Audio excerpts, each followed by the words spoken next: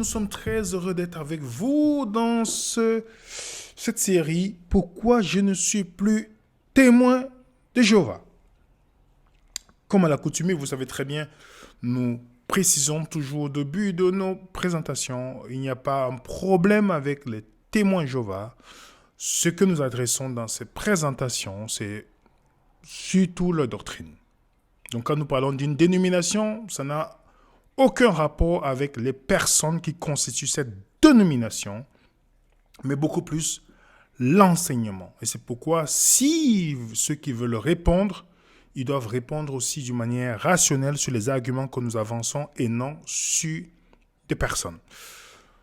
Donc aujourd'hui, nous allons parler d'une prophétie que les témoins de Jéhovah enseignent.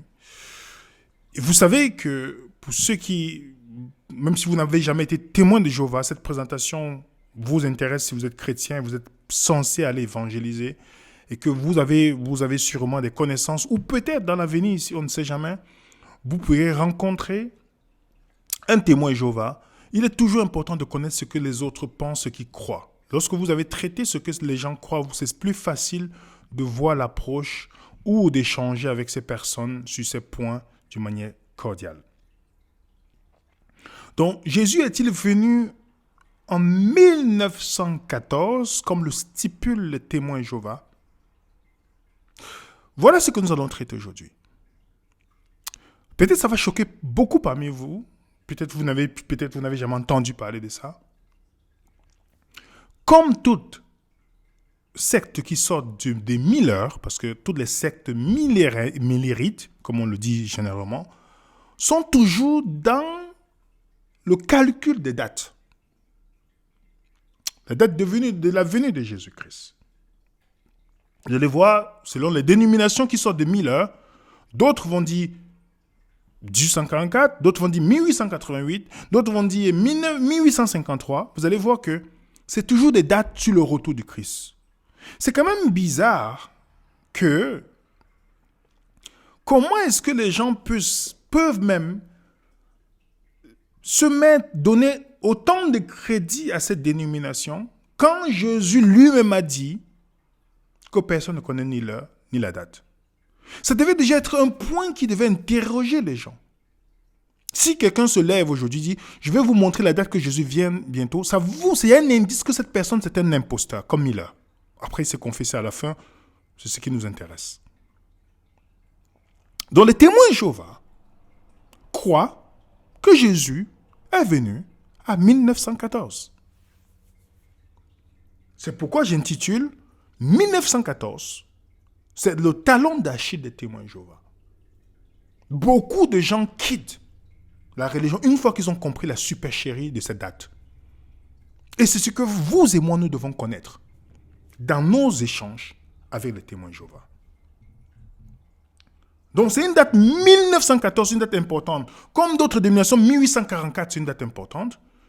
Pour les témoins de Jéhovah, 1914, je vous ai dit, toutes les sectes qui sortent de Miller, c'est toujours les dates. Ils ont toujours une date. Que lorsque vous prononcez cette date, on va vous dire, soit Jésus est passé d'un côté à un autre, soit il est venu. Pour les témoins de Jéhovah, il est venu. Donc, pour comprendre le contexte, les chrétiens croient qu'un jour, Jésus reviendra physiquement, visiblement, d'une manière glorieuse. Les témoins de Jéhovah croient que Jésus est déjà revenu en 1914. Ce qu'ils appellent la seconde présence, d'une manière invisible. Vous avez compris? Il a commencé, écoutez bien, je vous dis, si vous avez suivi la série « Pourquoi je ne suis plus adventiste 7e », vous allez voir qu'il y a les similitudes avec le témoin de Jéhovah. Sauf que les témoins de Jéhovah disent que Jésus est venu d'une manière invisible en 1914. Vous allez voir les mêmes calculs que vous allez voir. Vous allez voir tout ce qui vient des Miller, c'est la même méthode. Et, sauf qu'ils n'ont pas interprété que Jésus est parti dans le lieu très saint. Eux, ils ont interprété que Jésus est venu d'une manière invisible, ce que les gens n'ont pas vu. Mais il est venu. Et le troisième point, c'est que il a commencé à juger les dénominations du christianisme. Et il les a toutes rejetées en faveur de la Watchtower, la tour de garde. Il appuie selon l'argument, le jugement de Dieu commence d'abord dans sa maison. Et Jésus, il a jugé, il a dit, bon, il n'y a que les témoins de Jéhovah, c'est-à-dire la tour de garde des témoins de Jéhovah, qui a son autorisation comme l'endroit pour la vérité. Est-ce que vous voyez pas les similitudes? Et puis, depuis 1919, la tour de garde a été choisie comme l'organisation prophétique de Jéhovah.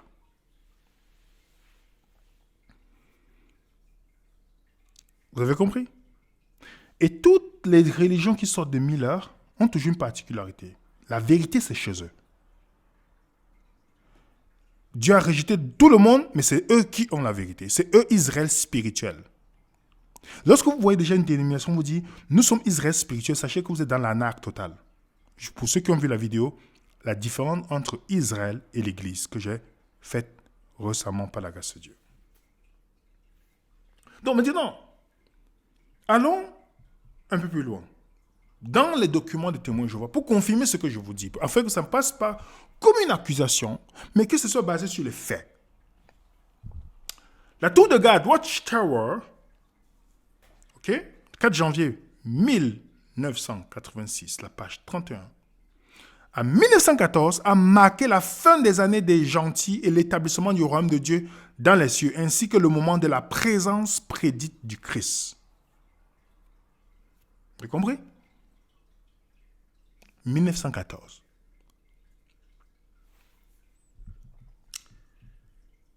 Les preuves bibliques montrent qu'en 1914, le temps de Dieu est arrivé pour que le Christ revienne et commence à régner. Avec les preuves bibliques. Voilà ce qu'ils disent.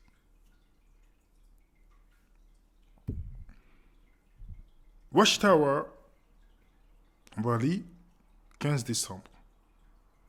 Depuis 1914, nous vivons la période de la parousie du Christ, ou de sa présence. Bien que sa présence en tant que roi du royaume de Dieu soit invisible, elle est évidente par l'accomplissement des prophéties. Si tu comprends la prophétie, alors tu crois, car à l'évidence que Jésus est venu. Si tu comprends la prophétie. 1914. Sur le site de Témoins Jéhovah, il dit « Jésus fut baptisé au Jourdain vers le 29 octobre de l'ère chrétienne. 3 ans et demi plus tard, il vint au temple de Jérusalem, chassa ceux qui en faisaient une caverne de brigands. Il semble y avoir un parallèle à cela dans la période de 3 ans et demi qui s'est écoulée entre le moment où Jésus s'est assis sur son trône glorieux dans les royaumes en octobre 1914 et sa venue pour inspecter les chrétiens professant alors que le jugement commençait par la maison de Dieu. Ça ne vous rappelle pas ce qu'on a traité sur la série « Pourquoi je ne suis pas adventiste » ? Dites-moi, toutes les religions issues de Miller ont le même pattern, ont la même façon de fonctionner, en faisant des parallèles faciles, en créant, regardez, octobre 1914, chez les adventistes, c'est 22 octobre 1844, que Jésus, il pensait que Jésus devait venir, mais maintenant, comme il n'est pas venu, on a réinterprété qu'il allait dans le lieu très saint. Voilà. Est-ce que vous voyez? Le jugement de Dieu commence d'abord par sa maison, donc il inspecte d'abord les chrétiens, ceux qui professent son nom.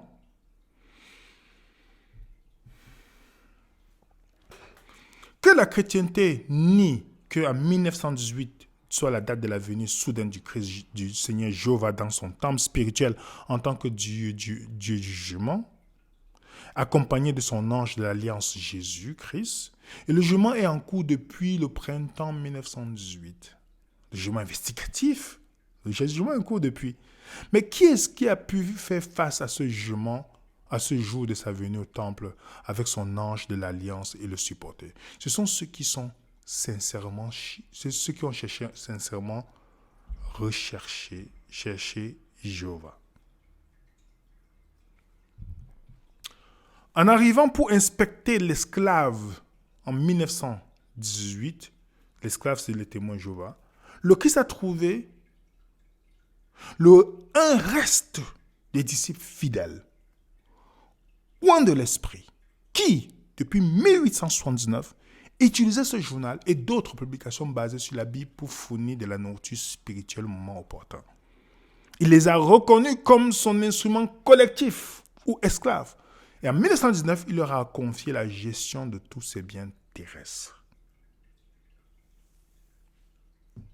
Donc, le calcul est vite fait. On va revenir sur ce calcul pour que vous compreniez comment ils arrivent à 1919. Pour ceux qui ont déjà suivi comment Miller a calculé, vous allez voir que c'est la même méthode.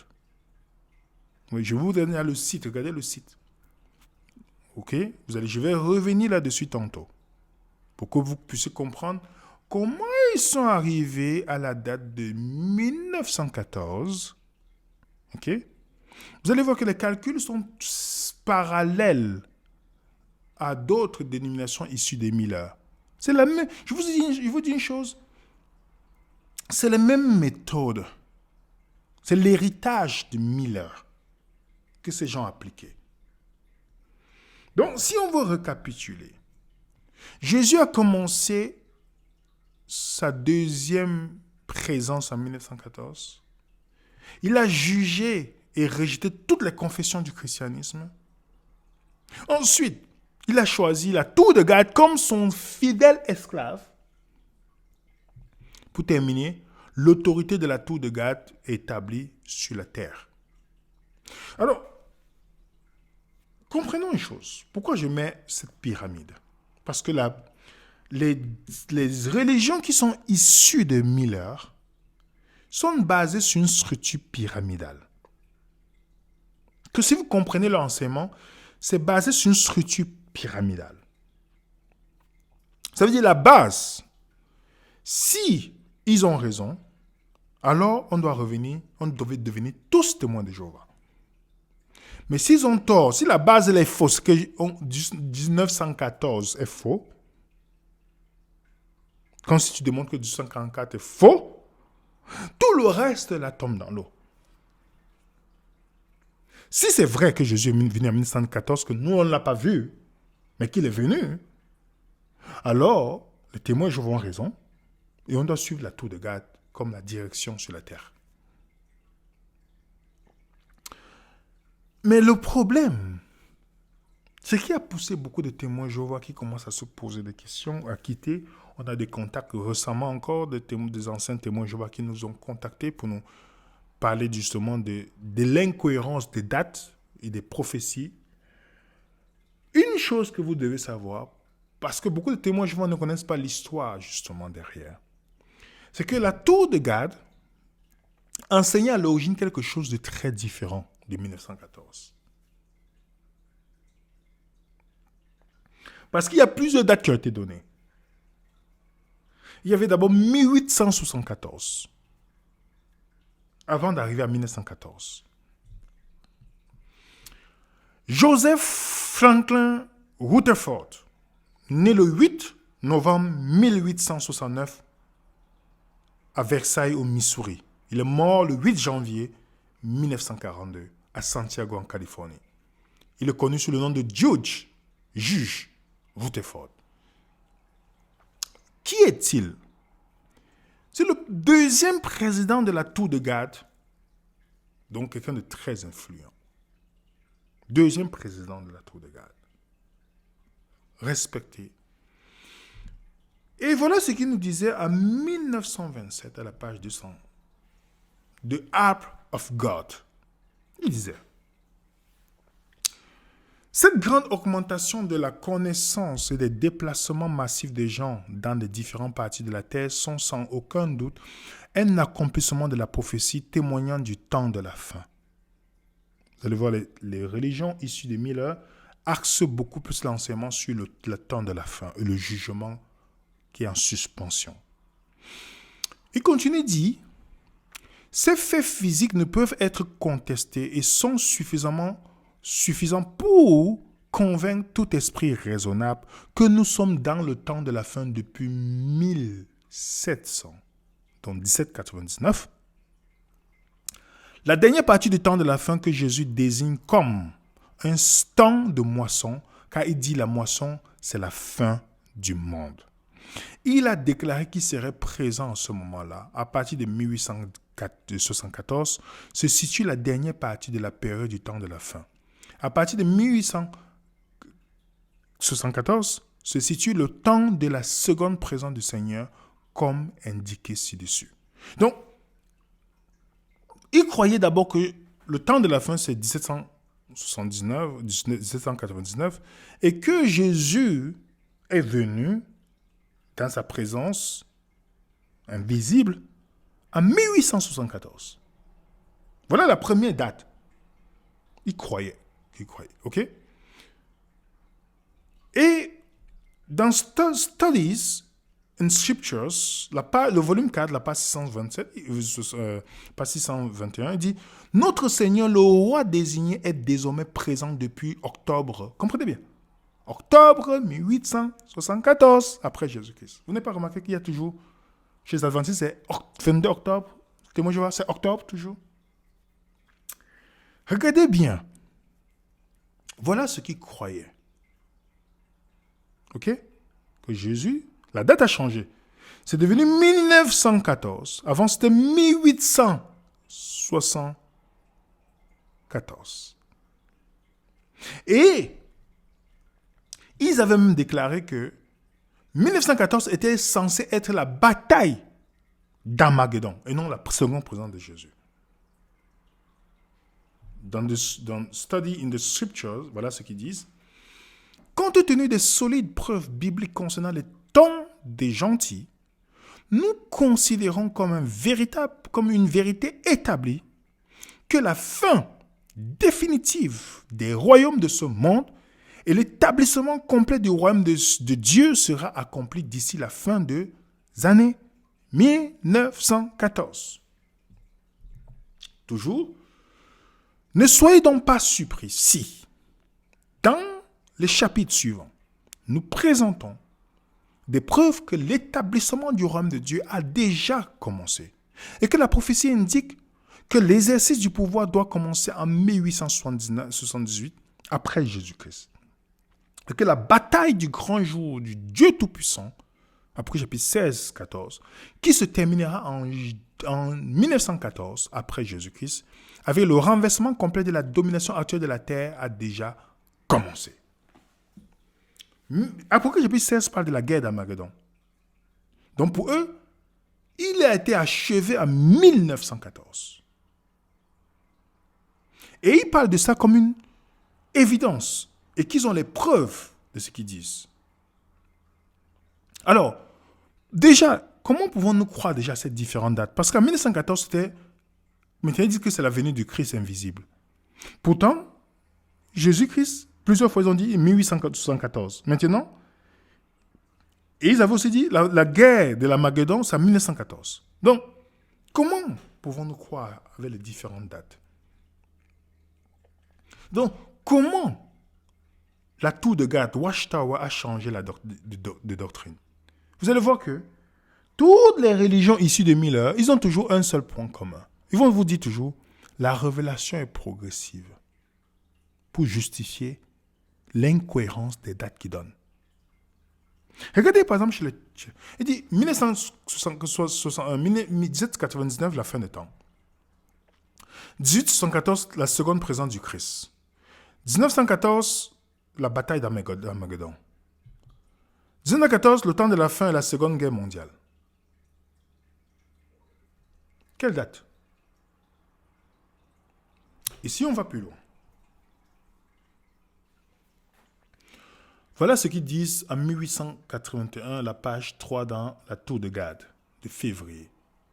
Si nous suivons un homme, il en sera sans doute autrement pour nous, sans aucun doute, une idée humaine.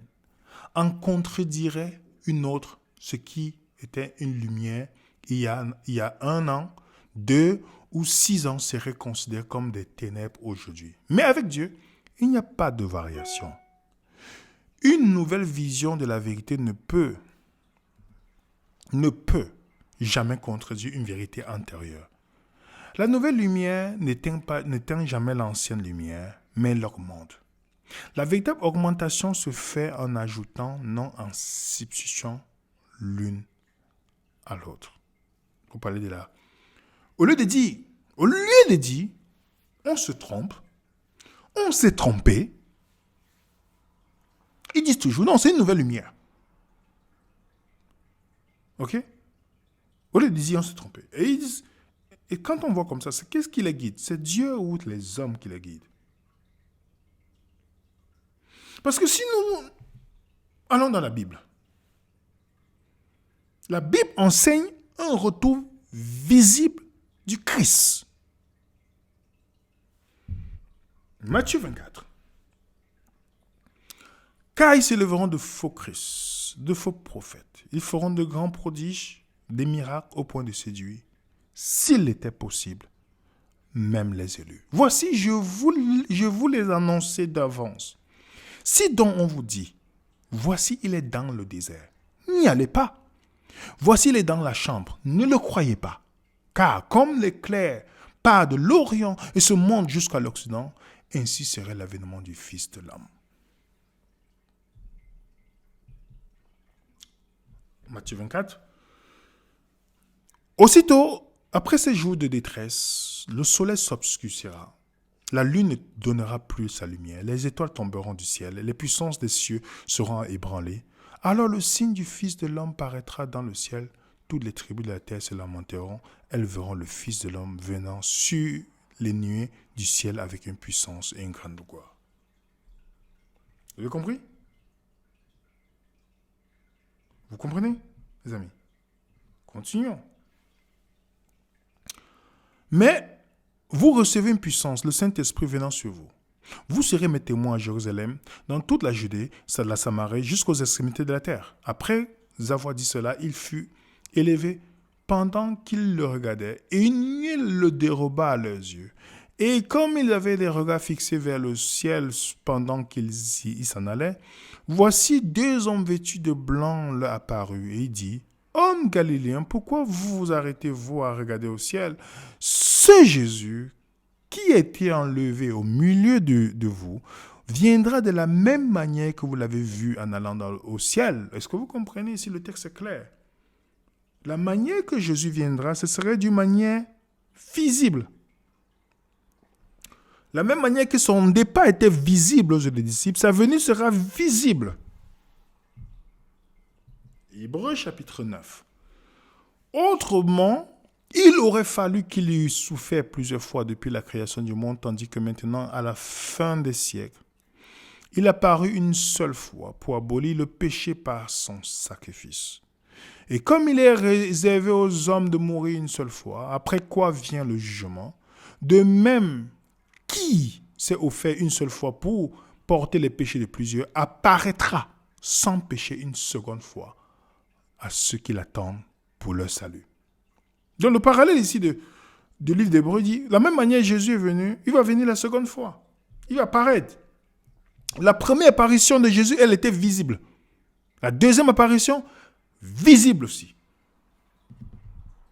Jean, d'ici bien-aimé, nous dit, dans 1 Jean 2, « Et maintenant, petits enfants, demeurez en lui, afin que lorsqu'il paraîtra, nous ayons de l'assurance, qu'à son avènement, nous ne soyons pas confus, éloignés de lui.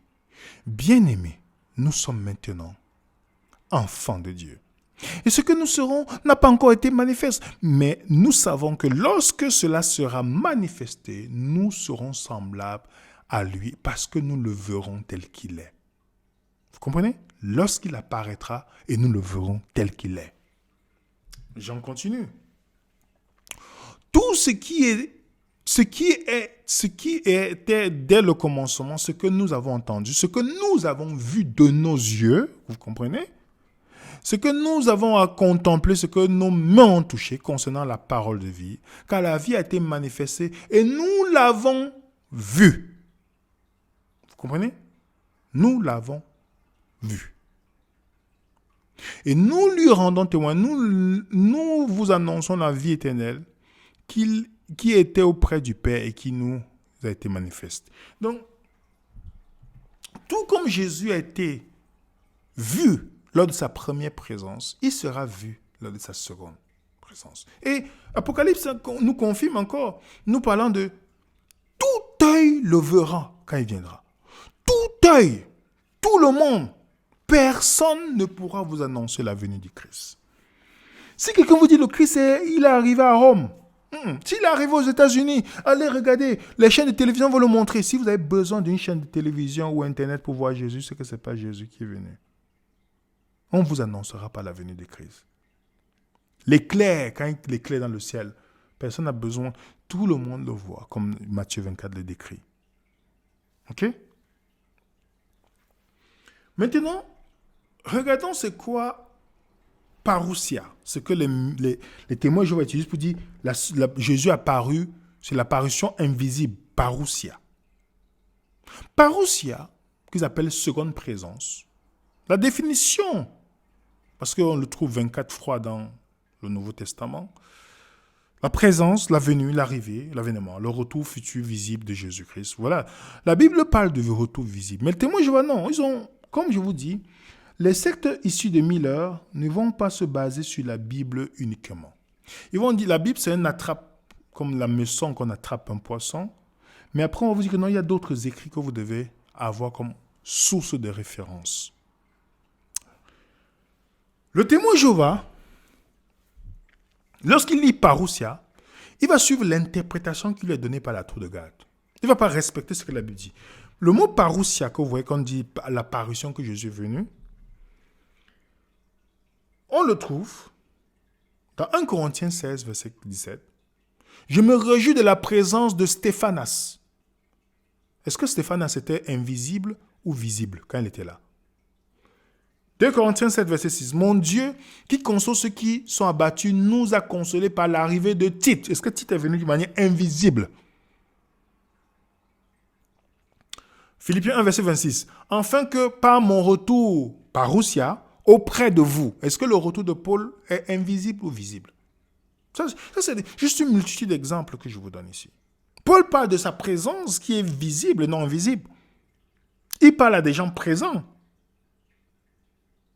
Ok? Comment le mot qui est utilisé parousia, comment subitement on peut directement dire ou avancer comme argument que c'est la venue de Jésus-Christ. Invisible. Pourtant, le mot parousia veut dire visible. Et les exemples bibliques nous montrent que parousia est utilisé lorsque c'est une présence visible. Est-ce que vous comprenez comment ça suscite? C'est-à-dire que si vous restez seulement sur la Bible, vous voyez que mais ça ne tient pas. Comment? Déjà, Jésus va venir d'une manière visible, c'est confirmé par la Bible. Deuxième mot, le mot qui est utilisé parfois par les témoins, je vois parousia en 1914, mais le mot parousia veut dire visible. Comment on arrive à la conclusion invisible? Ça donne des mots de tête. Donc la date 1914 repose sur les hypothèses erronées. Je répète. La date de 1914 repose sur les hypothèses erronées. Je vais vous le montrer maintenant. Comment ils ont obtenu 1914? Voilà. Et je vous dis, cette partie-ci, elle est importante parce que vous pourriez permettre à un témoin Jéhovah de vous expliquer ce qu'il croit et par rapport à ce que je vais vous donner comme argument là, de leur propre document, vous pourriez créer déjà un premier doute dans son esprit par rapport à cette croyance. Donc je partage avec vous comment nous procédons. Ok? Voilà ce qu'ils croient. Comment ils ont obtenu 1914, comme d'autres issus, 1844. Tout ça, c'est rempli des erreurs historiques. D'autres, 1844, ils vont prendre 537 ou tout ça. Eux, ils vont prendre une autre date. Ils prennent quelle date? 607. Ils croient que Jérusalem a été détruite par Babylone en 607. Voilà la date de départ. 607 avant Jésus-Christ. Il croit que cette interruption du royaume de Dieu a été prophétisée dans Daniel chapitre 4. Et Daniel 4, verset 16, dit qu'après cela, il y aura 7 ans. L'autre point, c'est que un temps, 2 temps, qu'on trouve dans l'Apocalypse, qui est 1260 jours, est équivalent, et puis, mais ils prennent cela, ok, un temps, 3 ans et demi, qui est 1260 jours. Écoutez bien, hein, regardez bien, écoutez bien. 2 fois plus, cette fois, équivaut à 2, 25, 20. C'est une prophétie aussi. 25, 20. Qui vont tourner, ok. Je vous donne d'abord quelques éléments. Chaque jour représente une année. Ça ne vous rappelle pas tout ce qui vient des 1000 heures? Ok. 607. D'autres, quand ils font 1844, ils commencent par 537. Eux, c'est 607 plus 1250. C'est 7 fois, 2 fois 7 équivaut. Ok? Voilà ce qu'ils prennent. 1260 jours. Ok? Si vous.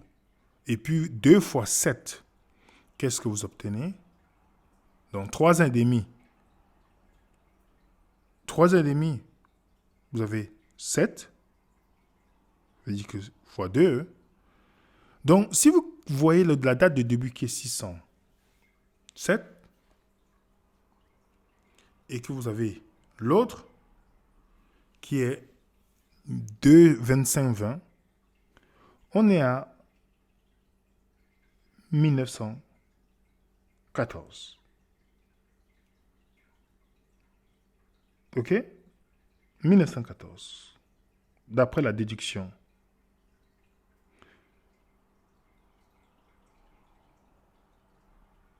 Vous comprenez, les amis?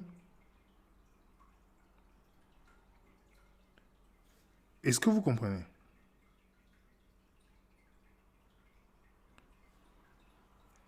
Ça, c'est moi, je vous dis, hein, je partage seulement avec vous.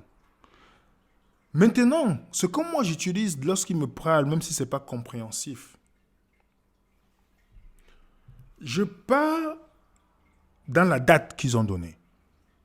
La date dont ils donnent, lorsque on lit, le siège de Jérusalem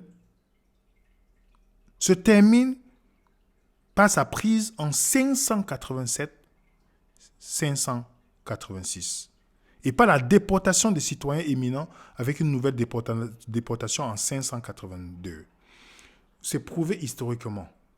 Ok? Mais regardez bien, les témoins de Jéhovah se sont rendus compte qu'il y a un problème dans l'histoire, mais ils ont maintenu quand même la fausseté. Regardez une chose. Lorsque vous partez dans le site des témoins de Jéhovah, when was ancient Jerusalem destroyed? Quand est-ce que ça a été détruit? Les témoins de Jéhovah s'en tiennent à une date. Remarquez bien ce qu'ils vont vous dire. Voilà la réponse. Puisque les gens ont démontré que c'est faux ce qu'ils disent. Voilà ce qu'ils disent. Ils disent, les témoins de Jéhovah s'en tiennent à une date qui diffère de 20 ans de la chronologie généralement acceptée. Ça veut dire que eux-mêmes sont conscients que la date de départ de 607 est une fausse date de 20 ans d'écart. Ils disent, je veux traduire ce que j'ai mis en anglais, les témoins de Jéhovah s'en tiennent à une date qui diffère de 20 ans de la chronologie généralement acceptée.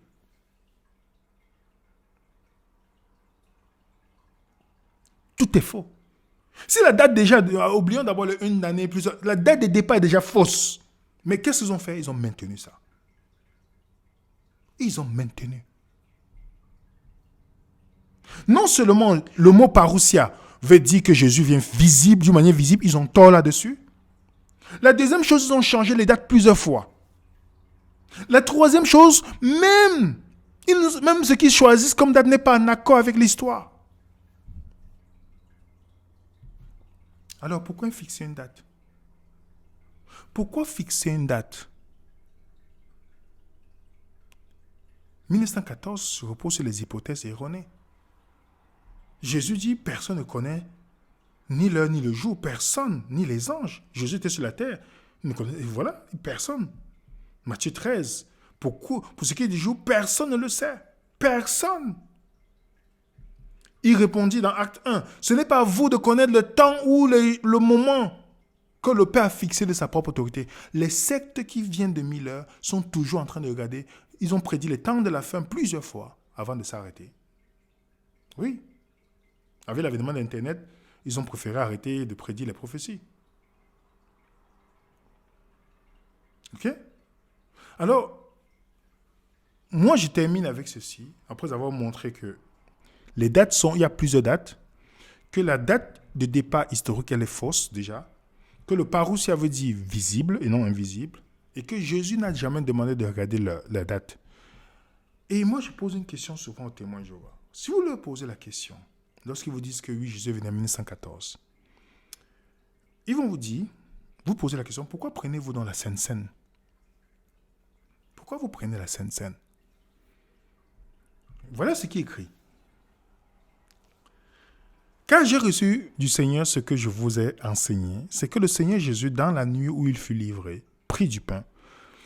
Après avoir rendu grâce, il le rompit et dit, ceci est mon corps, qui est corrompu pour vous. Faites ceci en mémoire de moi. De même, après avoir soupé, il prit la coupe et dit, cette coupe est la nouvelle alliance de mon sang. Faites ceci en mémoire de moi, toutes les fois que vous en boirez.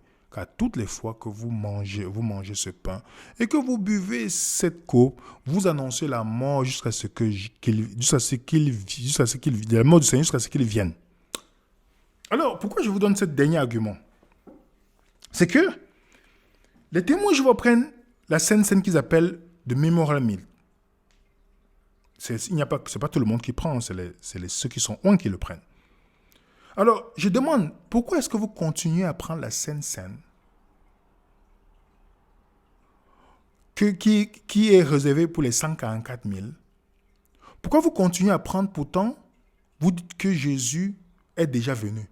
Pourtant, le but de la Sainte Seine, c'était, l'apôtre Paul dit, jusqu'à ce que le Seigneur vienne. S'il est venu, pourquoi continuez-vous à prendre la Sainte Seine? C'est toujours embarrassant, il faut voir le visage des témoins de Jéhovah.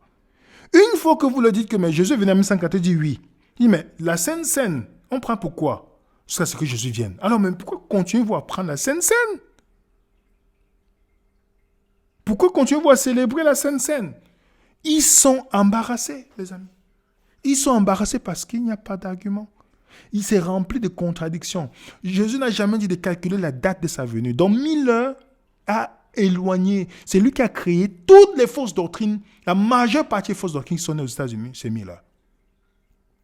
Et il a infecté par son virus de fausses doctrines toute cette dénomination. Toutes. Il n'y a aucune qui est épargnée par le virus. Vous allez voir, ils sont tous dans les calculs de toutes ces choses-là. Voilà. Jésus n'a même pas regardé. Il a dit, ce n'est pas à vous de connaître. Pourquoi je dois m'asseoir pour savoir si Jésus va venir en 2026? Comme un pasteur adventiste avait dit. Comment je peux d'abord calculer ça? Bien que tous les adventistes ne soient pas d'accord avec ça. Je dis bien, les adventistes qui ne sont pas d'accord avec les dates. Ce n'est pas tout le monde. Mais comment quelqu'un s'assoit pour penser à ça? Comment? Ils se sont trompés là-dessus. Ils se sont trompés sur le mot parousia. Ils se sont trompés sur la venue visible de Jésus. Ils se sont trompés sur les dates historiques même de la destruction de Jérusalem. Donc, tout leur calcul est basé sur le faux. Et plusieurs fois, ils ont donné plusieurs différentes dates. Ça, les témoins Jéhovah n'aiment pas qu'on en parle. Ils n'aiment pas qu'on en parle. C'est un talon d'Achille. C'est pourquoi beaucoup de témoins Jéhovah, après, quand ils commencent à regarder ces dates de plus près, ils voient que les dates ont changé. Pour ceux qui ne sont pas endoctrinés, directement, ils sortent. Conclusion. La tour de garde, Watchtower n'a pas enseigné de manière cohérente concernant les dates clés de sa théologie.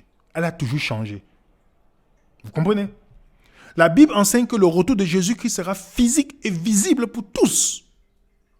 La date de 1914 est basée sur les combinaisons douteuses des chiffres bibliques et d'erreurs historiques. Jésus n'est pas venu en 1914. Par conséquent, la tour de garde n'a aucune autorité légitime pour parler au nom de Dieu. Ah oui! Elle n'a pas. Elle n'a pas. OK? Parce que voilà ce qu'ils disent.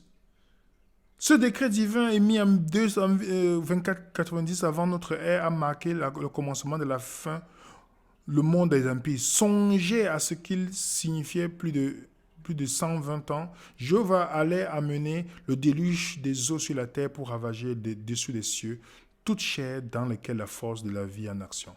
Prévenu dans les catéchismes plusieurs décennies à l'avance, Noé a sagement utilisé ce temps pour préparer sa survie. C'est ça, c'est tout. Les sectes mélérites. Hein. Préparez-vous, préparez-vous, préparez-vous, préparez-vous. Cachez-vous, cachez-vous, comme si vous ne pouvez pas vous retrouver. Après avoir divinement averti de choses qu'on ne voyait pas encore, relate l'apôtre Paul, Noé a montré une crainte de Dieu et a construit une arche pour sauver sa maisonnée. Et nous, voilà près de 90 ans depuis 1914 que nous vivons les derniers jours de ce système, de ces choses. Le doute n'est pas permis. Nous sommes dans le temps de la fin. Nous sommes dans le temps de la fin. Oui. Les faux prophètes, selon les témoins de Jéhovah, c'est quoi? On va jouer tout dans le même calcul. Un individu ou organisation qui proclame des messages qu'ils attribuent à une source suprahumaine, bien qu'en fait ces messages n'amènent pas du vrai Dieu, ni ne soient en harmonie avec la volonté révélée. Je prends leur argument. Hein. Aujourd'hui encore, un collège central constitué de chrétiens ouins de l'esprit s'attache à préserver l'unité de la congrégation mondiale. Il édite des publications stipulantes de nombreuses langues. La notion spirituelle qu'elle continue est fondée sur la parole de Dieu. Ce qui est enseigné vient donc de Jéhovah et non des hommes. Donc, ce qui est enseigné, les témoins de Jéhovah vient de leur Dieu Jéhovah, qui n'existe pas dans la Bible. Je continue. Jéhovah en personne fait savoir qui sont les vrais messagers. Il le fait en réalisant les messages qu'il transmet pour lui. Jéhovah lui-même est également celui qui démasque les faux messagers en faisant échouer leurs signes et leurs prédictions. Dites-moi, ça ne vous dit rien? Qui a donné les signes? Étant donné toutes les prédictions et les messages des témoins de Jéhovah, on peut conclure qu'en fait, c'est eux les faux témoins. Est-ce que vous voyez la confirmation comment eux-mêmes leur prophétie a donné? Ça a marché? Dites-moi.